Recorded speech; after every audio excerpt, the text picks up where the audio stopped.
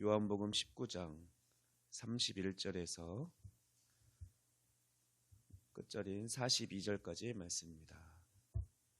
제가 대표로 봉독합니다. 이날은 준비일이라 유대인들은 그 안식일이 큰 날이므로 그 안식일에 시체들을 십자가에 두지 아니하려 빌라도에게 그들의 다리를 꺾어 시체를 치워달라니 군인들이 가서 예수와 함께 못 박힌 첫째 사람과 또 그 다른 사람의 다리를 꺾고 예수께 이르러서는 이미 죽으신 것을 보고 다리를 꺾지 아니하고 그중 한 군인이 창으로 옆구리를 찌르니 곧 피와 물이 나오더라. 이를 본 자가 증언하였으니 그 증언이 참이라. 그가 자기의 말하는 것이 참인 줄 알고 너희로 믿게 하려 함이니라. 이 일이 일어난 것은 그 뼈가 하나도 꺾이지 아니하리라 한 성경을 응하게 하려 함이라. 또 다른 성경에 그들이 그 찌른 자를 보리라 하였느니라. 아리마대 사람 요셉은 예수의 제자이나 유대인이 두려워 그것을 숨기더니 이 일 후에 빌라도에게 예수의 시체를 가져가기를 구하매 빌라도가 허락하는지라. 이에 가서 예수의 시체를 가져가니라. 일찍이 예수께 밤에 찾아왔던 니고데모도 모략과 침향 섞은 것을 100리트라쯤 가지고 온지라. 이에 예수의 시체를 가져다가 유대인의 장례법대로 그 향품과 함께 세마포로 쌌더라. 예수께서 십자가에 못 박히신 곳에 동산이 있고 동산 안에 아직 사람을 장사한 일이 없는 새 무덤이 있는지라. 이날은 유대인의 준비일이요 또 무덤이 가까운 고로 예수를 거기 두니라. 아멘. 네, 예수님께서는 어제 오늘은 고난주간 토요일인데 오늘은 무덤에 계시기 때문에 예수님께서 향하신 행적은 없고 어제 금요일 오후에 운명하시고 또 오늘 본문에 나오는 사람들에 의해서 장례가 치러졌습니다. 오늘 본문을 보면 예수님을 장례 지내기 위해 쓰임받은 몇 사람이 소개되고 있습니다. 그 중에서 먼저는 로마 군병들이고 또 아리마대 사람 요셉과 니고데모 이렇게 크게 두 부류로 구분해서 볼 수 있습니다. 먼저 로마 군병은 로마 황제의 명령을 따르는 예수님을 믿지 않고 예수님을 따르지도 않던 자들이지만 예수님의 유월절 어린 양으로 구약 성경에서 예언되었던 대로 돌아가실 수 있도록 그렇게 쓰임받은 인물들입니다. 그날은 이제 안식일이 곧 이제 금요일 오후 저녁이 되면 안식일이 시작되기 때문에 안식일 준비일에 해당되는 금요일 아직 저녁이 되기 전이기 때문에 시체를 빨리 치워야 했습니다. 왜냐하면 유대인들은 안식일에 시체가 길에 있거나 또는 십자가에 달려 있는 그것을 부정하게 생각하고 꺼렸기 때문에 그렇습니다. 그래서 빌라도에게 시체를 치워달라고 부탁을 하죠. 그리고 빌라도는 군병들에게 다리를 꺾고 시체를 치우라고 지시했습니다. 6월절이 이제 시작되려면 몇 시간 남지 않았기 때문에 긴박하게 그 일이 이루어져야 했습니다.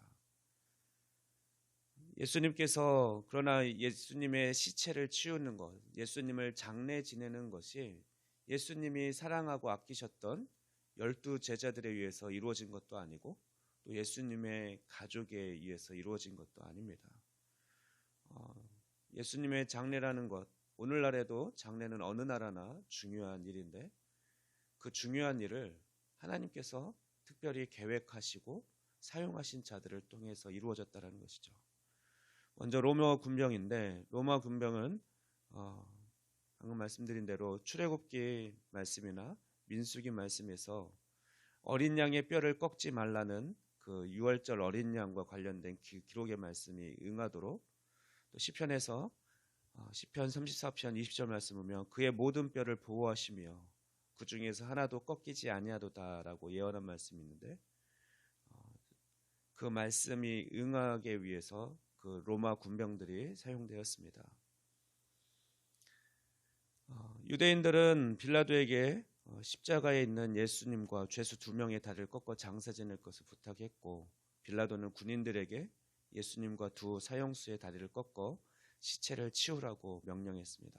그러나 군인들은 다른 사형수들의 다리는 꺾었지만 예수님은 이미 돌아가신 것을 알고 확인하고는 다리를 꺾지 않고 창으로 옆구리만 찔렀습니다. 요한복음 저자는 36절 말씀을 통해서 이 일은 뼈가 하나도 꺾이지 아니하리라 한 성경을 응하게 하려 함이라라고 기록함으로써 예수님께서 6월절 어린 양으로 돌아가셨음을 일깨워주고 있습니다. 그리고 하나님의 말씀이 성취되는데 아무 믿음이 없는 로마 군병들조차도 하나님께서는 들어 사용하시는 것을 우리는 보게 됩니다. 예수님을 장사 지낸 다른 부류의 사람은 니고데모와 아리마대 요셉입니다. 이들은 둘 다 공회 의원입니다. 특히 요셉은 유대인들이 자신이 예수님을 영접하고 있다는 것, 예수님을 믿는다는 사실을 발각될까 봐 숨겨오던 자였습니다. 마가복음 15장 43절 말씀 보면 이 요셉에 대해서 기록하기를 이 사람은 존경받는 공회원이요 하나님의 나라를 기다리는 자라라고 기록하고 있습니다. 그리고 니고데모 또한 자신이 예수님과 접촉한 사실이 누설될까 봐, 다른 사람들이 비난할까 봐 밤을 통해서, 밤중 시간을 통해서, 야밤을 통해서 예수님을 찾아왔던 자였습니다. 이처럼 이들은 하나님보다 사실 사람들을 더 두려워했던 인물들이죠. 그리고 한동안 자신들의 사회적 지위와 명예에 대한 그 애착을 버리지 못하고 그것을 지키기 위해서 자신이 주변 사람들의 눈치를 살피는 사실 낮은 믿음의 소유자들이었습니다. 그러나 하나님께서는 이런 믿음의 소유자들을 또한 들어서 예수님의 장례라는 귀한 일을 행하는 데 쓰임받는 인물로 사용하십니다. 하나님의 놀라운 그 구속사역, 예수님의 구속사역을 완성하는데, 성취하는데 하나님께서는 이 준비된 일꾼들을 사용하신 것입니다. 왜냐하면 이들의 치밀한 장례 준비로 인해서 예수님의 시신이 또한 이방인과 유대인들 손에서 더 이상 능욕당하지 않도록 그렇게 하나님께서는 이들의 손을 사용하신 것입니다. 그뿐만 아니라 구약성경 이사야 53장 9절 말씀에 그는 강포를 행하지 아니하였고 그의 입에 거짓이 없었으나 그의 무덤이 악인들과 함께 있었으며 그가 죽은 후에 부자와 함께 있었도다라는 예언처럼 예수님께서는 부자의 무덤에 장사될 수 있었던 것입니다. 이제 말씀을 정리합니다. 우리는 오늘 본문을 통해서 예수님의 십자가 죽음을 둘러싼 모든 상황이 완전한 하나님의 주권과 통치 아래 이루어졌음을 보게 됩니다. 하나님은 온 인류의 역사의 주관자이십니다. 또한 예수님은 지금도 살아계셔서 우리를 위해 중보하시며 우리가 하나님 나라의 역사에 귀하게 쓰임받기를 기대하고 계십니다. 역사의 주관자 되시는 하나님께서는 우리를 통해서 하나님의 놀라운 역사를 이루어가기를 원하십니다. 그러므로 오늘도 이 시간 기도할 때에 우리의 삶이 하나님 나라의 역사에 귀하게 쓰임받는 그런 삶이 될 수 있기를 간구합시다. 기도하겠습니다. 온 인류의 죄를 사하시고 구원하시기 위해 빛으로 이 땅에 오신 주님 감사합니다. 영원한 멸망과 저주 가운데 있을 수밖에 없던 우리를 구원하여 주시고 또 우리가 영원한 생명으로 들어갈 수 있도록 은혜를 베풀어 주심에 감사를 드립니다. 오늘 말씀을 통해 하나님께서 온 인류 역사의 주관자가 되시며 또한 하신 말씀을 반드시 이루시는 분임을 다시금 깨닫게 됩니다.